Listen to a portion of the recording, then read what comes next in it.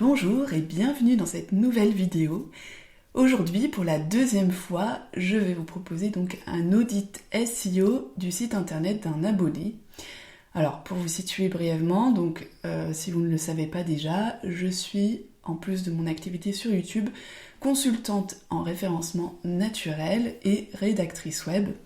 Donc, en gros, mon métier, c'est de permettre aux sites internet des entreprises de pouvoir être visibles dans les moteurs de recherche sans devoir payer de la publicité, donc vraiment, c'est-à-dire naturellement. C'est ce qu'on appelle le SEO, donc en anglais Search Engine Optimization, donc autrement dit l'optimisation pour les moteurs de recherche.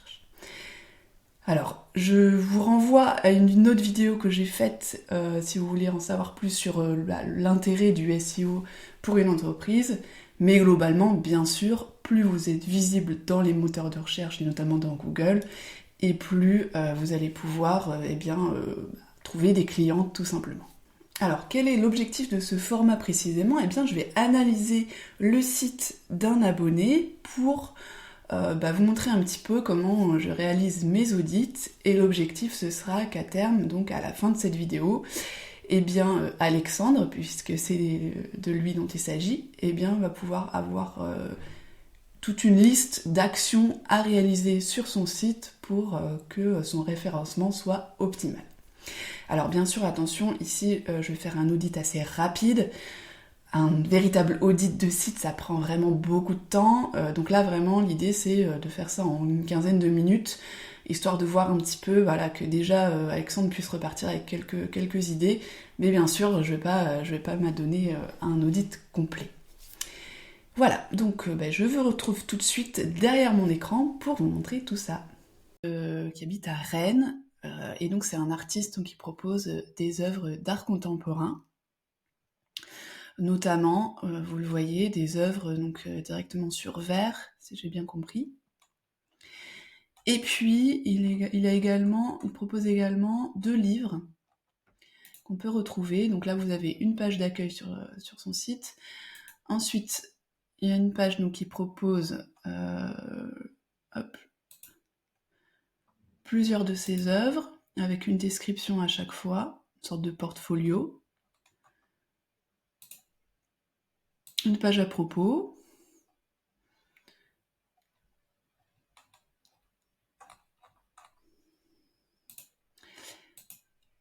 Hop, donc là, ce sera, j'imagine, des articles de presse, la critique, voilà. Avec mention d'autres articles divers publiés, dans diverses revues. Il propose aussi 2 livres. 2 livres publiés, avec, je crois, voilà. Ils peuvent être commandés directement sur son site. Un onglet vidéo également, pour présenter ses installations, puisqu'il s'agit d'art contemporain. Et enfin, on a une dernière page, c'est la page contact. Voilà, pour présenter un petit peu son travail, c'est ça. Alors bien sûr, je vous invite à aller regarder dans le détail son site internet pour comprendre un peu ce que propose Alexandre Lecoeur, sa démarche artistique, etc. Là, c'est pas du tout ça que moi je vais analyser, puisque moi je suis là pour le SEO. Donc, ce qu'on va faire, c'est que je vous rappelle, grosso modo, le SEO, ça fonctionne un petit peu comme un escalier à 3 marches, donc à savoir qu'on a la première marche qui est la technique, donc est-ce que le site fonctionne d'un point de vue technique ?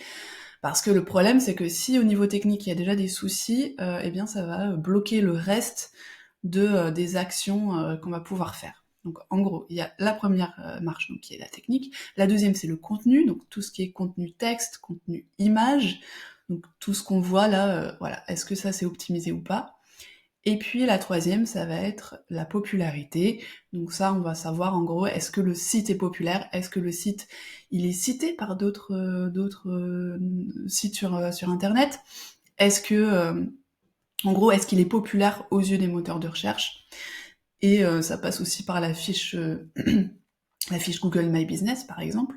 Voilà, donc on va regarder tout ça, sachant que en SEO, il faut vraiment gravir les marches de l'escalier dans le bon ordre, on ne peut pas sauter de marche, donc vraiment, d'abord il y a la technique, ensuite le contenu, et dans un dernier temps, la popularité, sachant que déjà si on a les 2 premières marches, c'est déjà très bien, mais ça sert à rien d'avoir la deuxième et la troisième marche si on n'a pas la première. De toute façon, ça fonctionnera pas, quand bien même on aurait un texte optimal, des images parfaites, etc., bien optimisées, malheureusement, si la technique ne va pas, eh bien, ça ne fonctionnera pas, ça n'aura pas l'effet escompté. Donc on va observer un petit peu tout ça sur le site d'Alexandre. On va donc commencer par la technique, et notamment l'indexation des pages. En gros, on va aller vérifier que les pages du site d'Alexandre sont bien présentes dans Google, parce que si ce n'est pas le cas, ça sert absolument à rien, puisque ça veut dire que Google n'a pas compris, n'a pas indexé, ne propose pas en fait aux internautes d'avoir accès à ces pages, donc ça sert absolument à rien. Normalement, cette vérification, elle se fait sur la Google Search Console, donc c'est un outil Google auquel moi je n'ai pas accès puisque seul le propriétaire du site y a accès. Donc je vais faire autrement, je vais faire une petite manipulation. On va tout simplement aller dans Google, je vais copier l'URL de son site et on va juste taper URL de point, non pas c'est pas ça, pardon, site de point et l'URL. Et là, ça va me donner toutes les pages qui sont présentes actuellement sur Google. Et on va aller voir, donc là, Alexandre, il a combien de pages en gros ? Alors il a peut-être des pages cachées, ça je peux pas le savoir en consultant juste son site ici, mais grosso modo on a 1, 2, 3, 4, 5, 6, 7 pages, et ici j'en vois 1, 2, 3, 4, 5, 6, 7, 8, 9, 10. Ouais, parce que là du coup je pense qu'il a des pages dédiées pour ses livres, j'ai l'impression. Mais en tout cas, on a bien...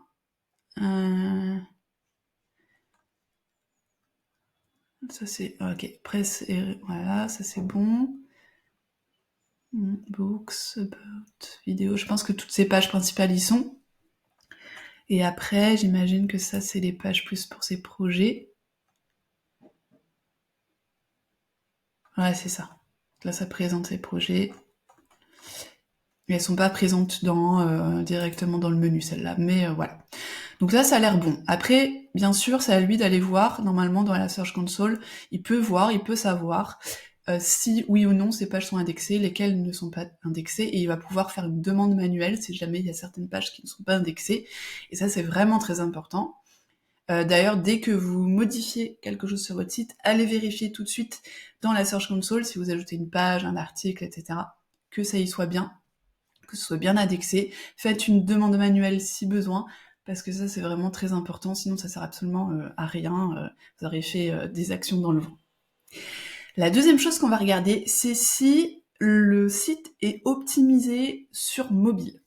Parce que la plupart des internautes vont aller consulter le site internet directement sur téléphone, et le problème c'est que si il n'est pas ce qu'on appelle responsive, donc c'est-à-dire s'il n'est pas adapté pour que la mise en page soit belle, etc., que la navigation soit intuitive, que ce n'y ait pas de soucis sur mobile, bien il va perdre des internautes et donc des visiteurs. Les gens vont venir, vont voir que c'est pas terrible et vont repartir directement, donc c'est dommage. On va aller regarder ça. Et pour regarder ça, donc j'utilise cet outil-là qui est gratuit. Donc je vais prendre l'URL du site, bien sûr, et je vais venir la mettre ici, donc sur ce site-ci. Et là, on va pouvoir voir, donc, ici, on a le choix, donc on peut regarder sur ordinateur, donc vous pouvez voir les différentes tailles, différents types d'écran. Sur tablette, ici pareil, et puis sur smartphone, donc pareil, vous avez plusieurs choses. Donc je sais pas, j'en prends un au hasard, on va regarder. Ouais, donc là déjà... Alors, Alexandre a déjà fait cette manipulation, il m'a dit que lui, sur téléphone, ça fonctionnait, mais que sur ce site-là, ça ne marchait pas. Effectivement, l'image là, elle est beaucoup trop grande, moi ça marche pas du tout. Je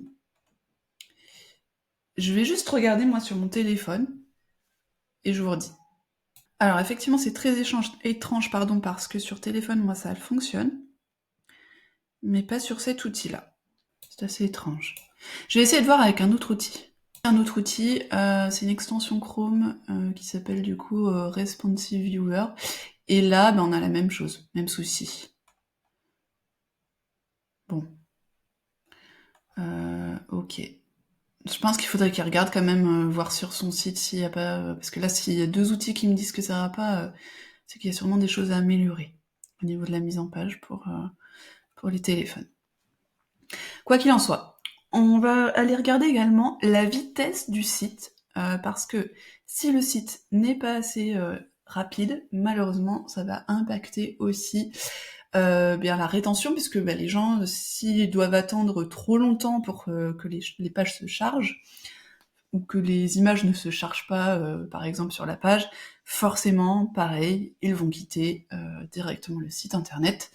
Donc pour ça, je vais ici donc sur page Speed Insights et je regarde donc sur bureau, on est à 97% de performance, donc ça c'est parfait. Sur mobile, on est un petit peu juste, on est à 70%. Donc je pense que c'est notamment en général c'est les images qui sont trop lourdes. Donc il faudrait là utiliser, par exemple, si Alexandre est sur WordPress, il faudrait utiliser une extension qui va pouvoir venir directement compresser les images. Alors ça va pas forcément impacter au niveau visuel, mais ça va permettre un temps de chargement beaucoup plus rapide. Voilà, au niveau de la technique, puisque c'était le pilier 1, je vais pas tout regarder. Là, c'est vraiment les choses primordiales, on va dire. Bien sûr, quand je fais un audit complet, je regarde beaucoup plus de choses, mais là, on va s'arrêter sur ces 3 choses-là. Maintenant, on va passer directement au contenu. Alors, concernant le contenu, déjà, je vous rappelle un petit peu le principe au niveau du SEO. Donc, pour le contenu, il faut travailler un mot-clé par page pour que ce soit efficace. Alors, qu'est-ce que c'est qu'un mot-clé? C'est la requête, donc la recherche que vont faire les internautes dans Google ou les autres moteurs de recherche, et qui vont donc être amenés à visiter votre site. Donc il faut bien choisir ce mot-clé-là, puisque forcément, il faut que ce soit un mot-clé qui soit pertinent par rapport à votre activité, et qui puisse, en gros, que les internautes ne soient pas déçus en tombant sur votre contenu, que ça corresponde vraiment à ce que eux recherchaient. Donc là, il faut vraiment être stratégique. Alors, petite précision pour Alexandre Lecoeur, il n'avait pas forcément envie, lui, d'attirer, par exemple, il m'a dit concrètement que les objectifs de son site, c'était surtout d'avoir vraiment une vitrine à montrer aux personnes qui le découvraient, notamment dans les galeries, etc., pour présenter ses œuvres, présenter son travail et surtout son processus de création, puisque forcément là en plus c'est de l'art contemporain, donc il y a besoin d'une explication, j'imagine. Donc tout ce processus-là, son processus créatif, il l'explique bien sur son site, et c'était surtout ça, donc le premier objectif du site. Le deuxième, c'était de toucher donc des professionnels du milieu de l'art, donc que ce soit les galeries, les centres d'art, et puis aussi des amateurs éclairés. Mais il n'a pas réellement d'objectif marchand avec son site, et c'est très important. Pourquoi je vous dis ça? Parce que ça va orienter bien sûr le choix des mots-clés. Donc là, actuellement, Alexandre n'a pas franchement fait de SEO sur son site internet. Il n'y a pas de travail dans le texte, là, il n'y a pas le travail donc des mots-clés. D'ailleurs, si jamais vous voulez savoir où mettre les mots-clés sur une page, sur un article, j'ai fait une vidéo dédiée, donc n'hésitez pas à aller la regarder, je vous la mets bien sûr en barre d'informations. Mais bon, là, globalement, il explique bien sûr son travail, mais il n'y a pas de travail du SEO.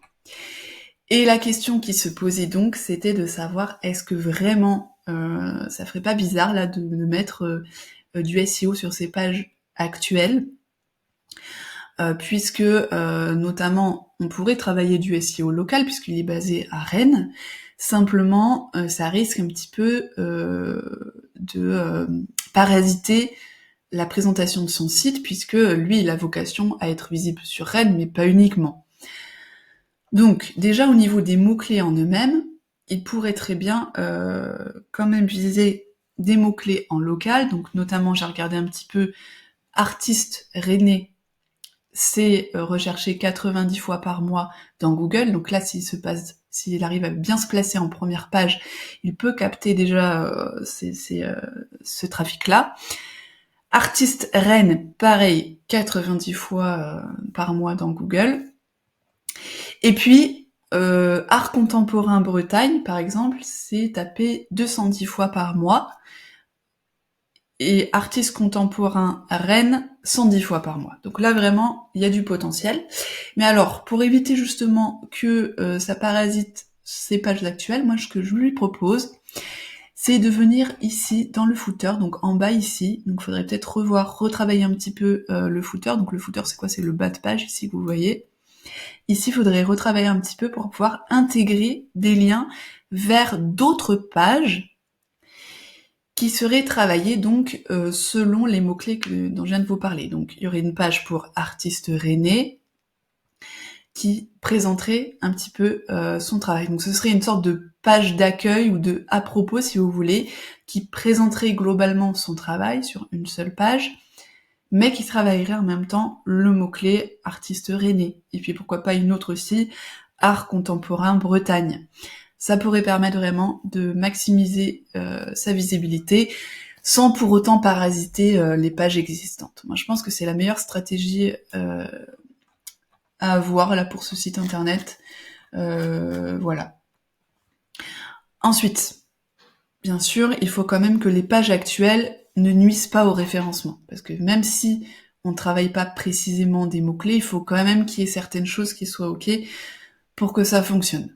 Donc, on va regarder un petit peu déjà la hiérarchie des titres, voir si ça c'est bon. Donc là, sur la page d'accueil, déjà on a 2 H1, donc ça c'est très mauvais. Ça c'est mauvais pour le référencement, il en faut un seul. Donc là par exemple, ça pourrait être juste le premier, là le deuxième, il faudrait le passer... je sais même pas pourquoi il y a tout ça d'ailleurs. À quoi ça correspond, art minimal? Est-ce que c'est les images? Ah non, c'est ça, là, c'est ce texte ici, là. Voilà, donc là, je pense que c'est... Je sais pas pourquoi c'est là, ça. Est-ce que c'est des mots-clés? Je sais pas. Faudrait voir ça. Alexandre verra lui-même, hein, mais là, globalement, il faudrait qu'il y ait un seul H1 et des H2 ensuite. Ça suffirait. Et, 2 H2, là, c'est contre-productif. On peut aller aussi regarder les titles et la métadescription de son site et de ses pages. Donc, en gros, c'est quoi le title et la métadescription? Eh bien, c'est ce qu'on va trouver, je vous montre ça. Donc, je vous montre un petit peu, là, ici sur Google, ce que ça donne. Donc, le title, c'est ce titre-là, c'est le titre qui apparaît directement dans la page de résultats. Et la métadescription, c'est ici en dessous, ce qui apparaît le petit texte. Ici, il est coupé, vous voyez, il y a des points de suspension, ça veut dire qu'il est trop long. Et effectivement, j'ai regardé avec un outil, la métadescription, elle est beaucoup trop longue. Là, c'est beaucoup trop long, il faudrait la réduire pour qu'elle puisse rentrer là, sans être coupée. Et puis celle-là, il faut vraiment toujours faire en sorte que ça incite à cliquer.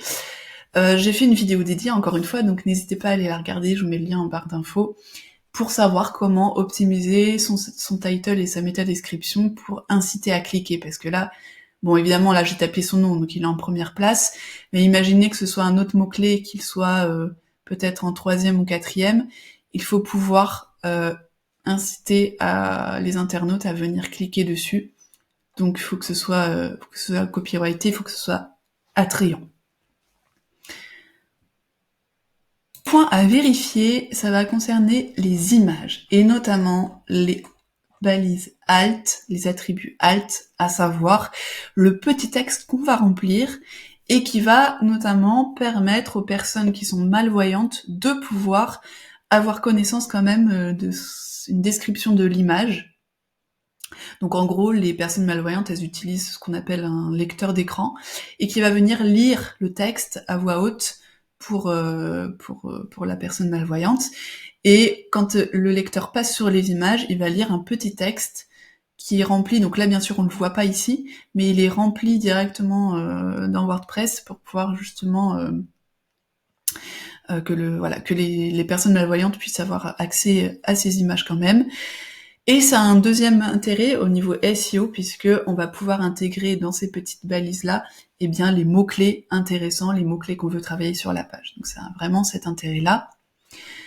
Moi, je vais pouvoir regarder ça aussi avec mon outil, tout simplement. Voilà, pardon. Donc ici, ouais, donc c'est bon, il les a remplis.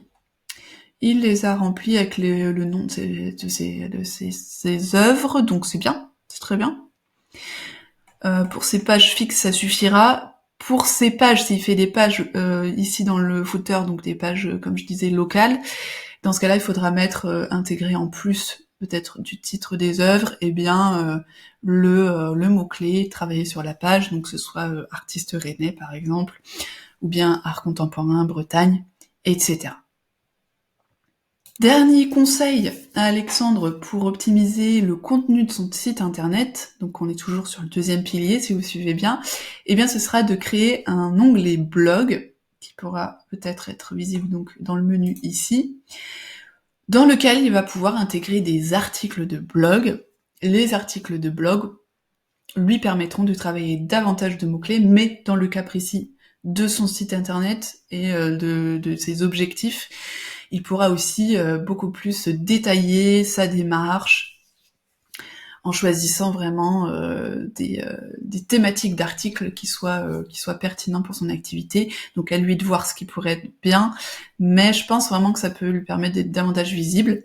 Et dernière chose d'ailleurs, j'ai vu que, alors c'était dans Presse là, je crois, il a mis en bas ici voilà, des publications dans lesquelles il apparaissait.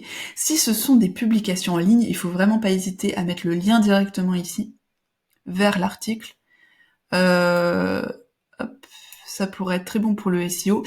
Et à l'inverse, s'il pouvait demander à je sais pas moi, aux revues par exemple qui publient, si c'est des revues en ligne qui publient ces articles, il pourrait très bien leur demander de faire un lien dans l'article vers son site internet. C'est ce qu'on appelle un backlink et c'est très bon pour le référencement. Et on arrive justement au troisième pilier qui est la popularité. La popularité, elle se base notamment sur ces backlinks.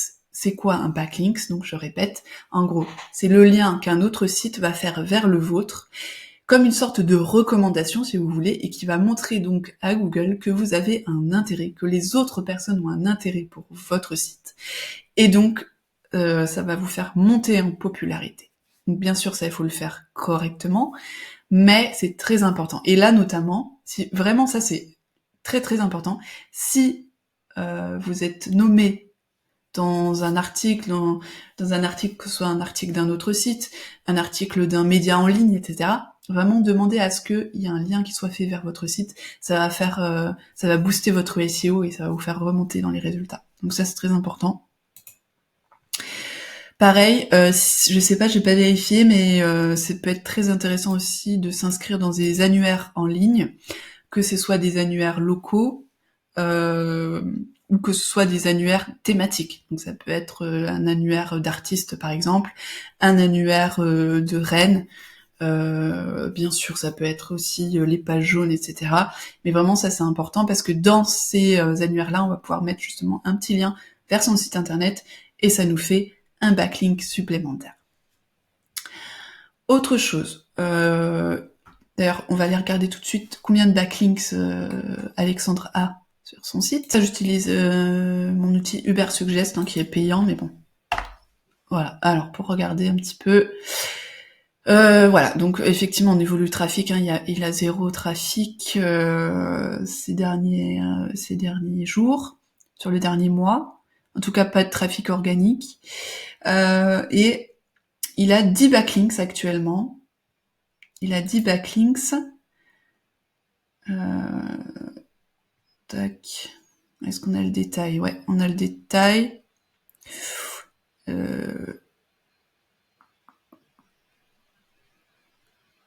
Donc là, il y en a... Ouais, ça c'est très bien ça. BU Univraine, donc parfait. Là, pareil, ça doit être une revue, j'imagine. Un magazine féminin, voilà, très bien. Voilà, donc il y en a qui sont très bons. Et notamment ici, on voit que le domain authority, donc le domain authority, c'est la note de notoriété du site, en quelque sorte la note de popularité. Et donc, plus vous avez des sites à forte popularité qui font des liens vers votre site à vous, et plus ça va faire gonfler votre notoriété à vous, et donc plus votre note de notoriété à vous va augmenter. Donc le premier là, c'est parfait, c'est 61, c'est très très bien vraiment. Un bon domain authority, c'est à partir de 20-25, 25 on va dire. Donc là, c'est très bien, il en a plusieurs avec un bon domaine authority. Donc celui-là, il est que à 9, mais il est pertinent, donc ça va. Et ben je l'invite vraiment à s'enregistrer sur des annuaires parce que ça va pouvoir faire remonter. Les annuaires en général, elles sont un très bon domaine authority, donc ça va pouvoir le faire remonter. Parce que là actuellement, son domaine authority, il n'est que de 8. Donc là, il faudrait vraiment essayer de booster et pousser un petit peu avec davantage de backlinks. Dernière chose pour la popularité, c'est la fiche Google My Business. Donc la fiche Google My Business, on va la regarder la sienne. Voilà, donc je l'ai retrouvée. Alors déjà, j'ai pas pu la retrouver directement dans Google parce qu'elle apparaît pas. J'ai dû aller dans Maps directement. Donc, il y en a bien une. Il y a 0 avis. Donc ça, vraiment, faudrait qu'Alexandre demande aux personnes qui le connaissent de mettre des avis sur ses œuvres, hein, parce que ça, c'est très important. Pareil, voilà, je pense qu'il y a des choses, là je pense qu'il y a rien, il a pas mis grand chose. Alors c'est peut-être un choix, hein, je sais pas, il verra lui-même, mais c'est vrai qu'il y a plein de choses à faire sur la fiche Google My Business pour pouvoir la booster et apparaître. Et il peut en plus avec la fiche apparaître à Rennes, mais aussi dans les villes alentours, donc ça c'est très intéressant pour le SEO. Donc je l'invite à essayer d'optimiser un petit peu mieux tout ça. Voilà, donc on arrive à la fin de cette vidéo, de cet audit. Je rappelle donc les conseils donnés à Alexandre pour optimiser son site internet. Donc déjà, ça va être premièrement de optimiser un petit peu mieux les images, de les redimensionner avec une extension WordPress par exemple, pour qu'il y ait moins de soucis au niveau de la vitesse de site.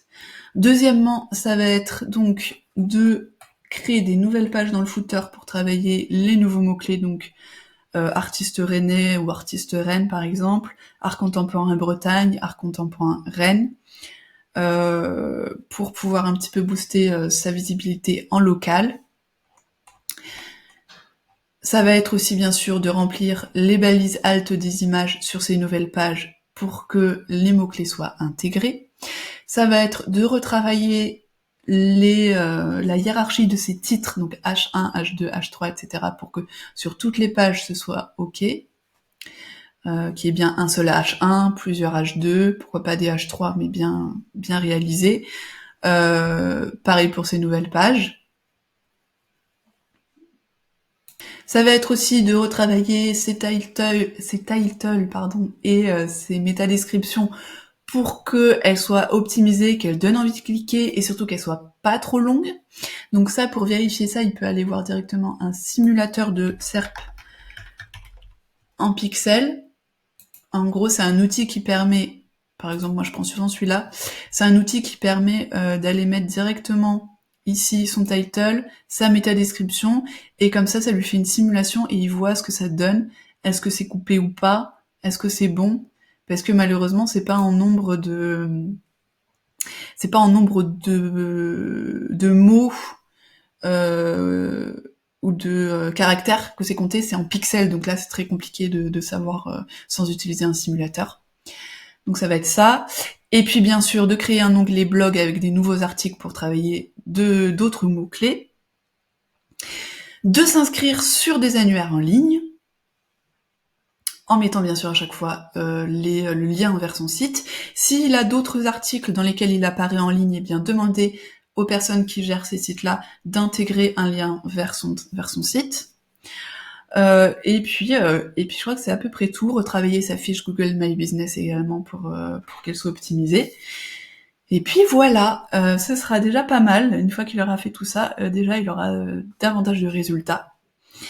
Voilà, je ne vais pas vous quitter sans vous parler aussi d'une prestation que je propose à savoir un accompagnement SEO. Donc en gros, je vous accompagne pendant 1 mois ou 2 selon vos disponibilités pour pouvoir vous aider à optimiser votre site internet. Donc je vous donne toutes les clés, je vous donne des vidéos de cours, on fait des visios ensemble pour que je vous donne des conseils précis.